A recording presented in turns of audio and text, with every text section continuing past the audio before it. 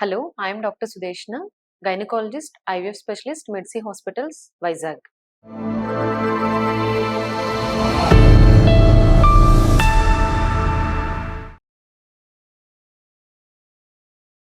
Endometriosis అనే condition ఏంటంటే, మనకి యూట్రస్ లోపల ఉన్న lining other parts fallopian tubes, ovaries మీద, పెరిటోనియం మీద, అదర్ ఆర్గన్స్ మీద ఉన్నప్పుడు ఈ కండిషన్ చూస్తాము.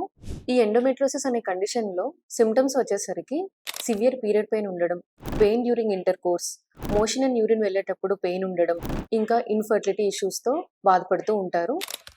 ఈ ఎండోమెట్రియోసిస్ ఉన్న వాళ్ళకి ఫర్టిలిటీ ఎలా ఎఫెక్ట్ చేస్తుందంటే, వేరియస్ లెవెల్స్‌లో ఎఫెక్ట్ చేస్తుంది. ఓవరీస్, ట్యూబ్స్, యూట్రస్‌లో. ఓవరీస్‌లో ఎండోమెట్రియోటిక్ సిస్ అంటాము. చాక్లెట్ సిస్ అనేవి రావచ్చు. అండ్ ఎగ్ రిలీజ్ అనేది ఇబ్బందవ్వచ్చు.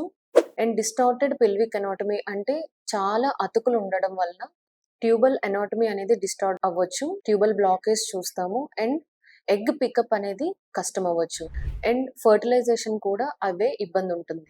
అండ్ యూట్రస్‌లో వచ్చేసరికి ఇన్‌ఫ్లమేషన్ చాలా ఎక్కువగా ఉండడం వల్ల ఇంప్లాంటేషన్ అనేది తక్కువుండొచ్చు. సో, ఇలా వేరియస్ లెవెల్స్‌లో ఎండోమెట్రియోసిస్ ఉన్న వాళ్ళకి ఫర్టిలిటీ అనేది ఇబ్బంది చేస్తుంది. సో, ఈ ఎండోమెట్రియోసిస్ సింప్టమ్స్ ఉన్న వాళ్ళకి, సివియర్ పీరియడ్ పెయిన్ ఉన్న వాళ్ళకి, ఇంకా అదర్ చెప్పిన సింప్టమ్స్ ఉన్న వాళ్ళకి ఎండోమెట్రియోసిస్ అనే కండిషన్ ఉండొచ్చు. సో, మీ దగ్గరలో ఉన్న గైనకాలజిస్ట్ దగ్గరికెళ్లి ఎండోమెట్రియోసిస్ వల్ల మీ ఫర్టిలిటీ అనేది ఇబ్బంది పడుతుందా? కన్సీవ్ అవ్వడం లేట్ అవుతున్నారా? అన్నది తెలుసుకోండి.